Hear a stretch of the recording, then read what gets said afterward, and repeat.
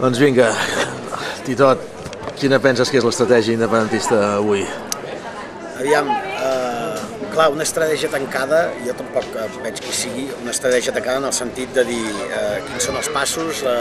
des d'ara que estem assentats en aquesta terrassa fins a treure el cap per al balcó de la plaça Sant Jaume a proclamar la independència. No la veig tancada i entre altres coses perquè l'estratègia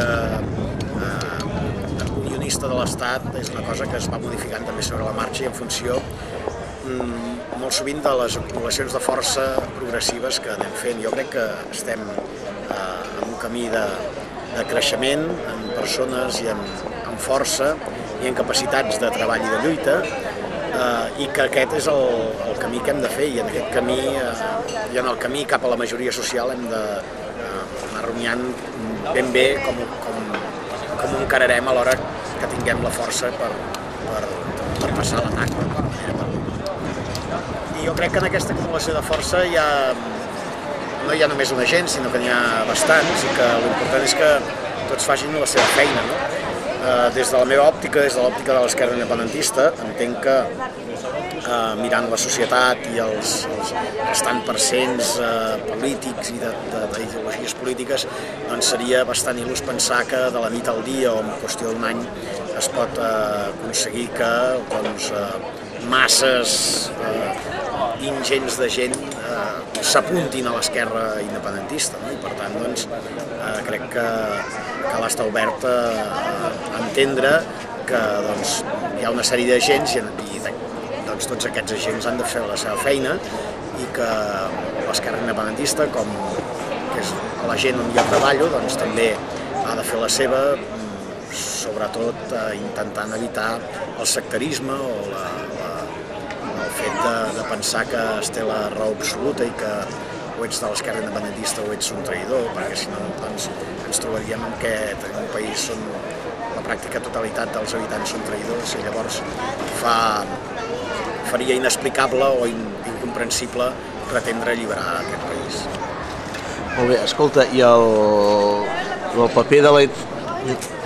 l'esquerra independentista sobretot té una arrel molt de barris, pobles i ciutats. Això funciona com a xarxa o està en un joc polític de partits? No, jo crec que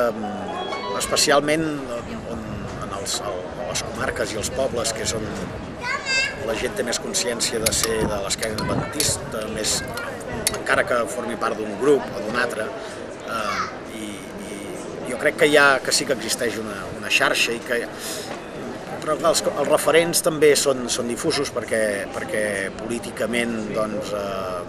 encara no s'ha arribat a un procés de maduració absoluta i per tant no hi ha uns referents claríssims i per tant jo crec que moltes vegades funciona també més per una intuïció de la gent,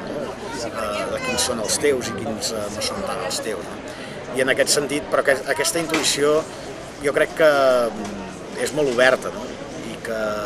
només quan s'entra de vegades amb certs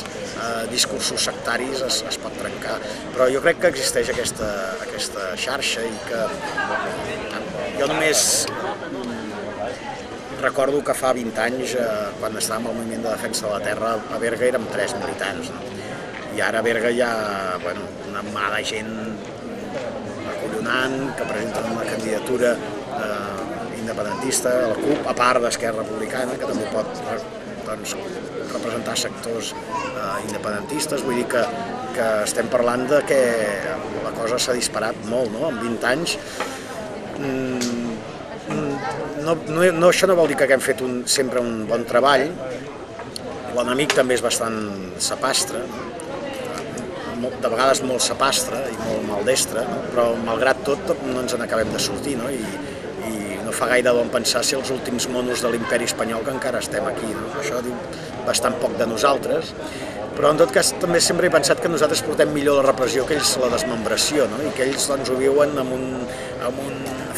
fel i una amargor al cor de l'hòstia, i nosaltres vivim el procés d'alliberament perquè veiem que estem creixent i perquè ja ens arribarà, i ho vivim amb l'alegria que som els que estem construint una cosa, i els altres ho viuen amb l'amargor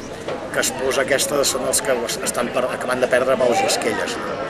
I jo crec que això és un element d'aquesta alegria, no? en què portem fins i tot una situació contrària als interessos nacionals i socials del nostre país. Doncs aquesta alegria jo crec que és un aliment i jo crec que té molt a veure amb el que fa que regeneri, que creixem. Escolta, ja que estem parlant amb un músic, tot el paper del món cultural i món musical des dels últims 10 anys, 15, penses que hi ha ajudat amb això de la consciència nacional? Jo crec que sí, la cultura és en definitiva és la relació entre les persones, no? I és una manera doncs, també d'alliberar-se, no? De comunicar, i en aquest sentit s'ha ocupat un espai que moltes vegades, segons en quins estats de la situació i sobretot després de la transició, havia quedat molt buit en el sentit de la protesta, no? O sigui, havia quedat la cultura havia quedat relegada a una cosa que semblava, que o era d'un elitisme quasi fastigós, no?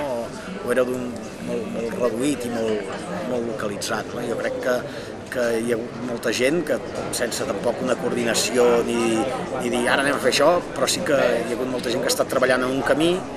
sense directrius ni directives, però que jo crec que entre els uns i els altres hem jugat un paper important, no? El creixement aquest també perquè la cultura l'hem fet servir per esbombar aquesta alegria i aquest optimisme.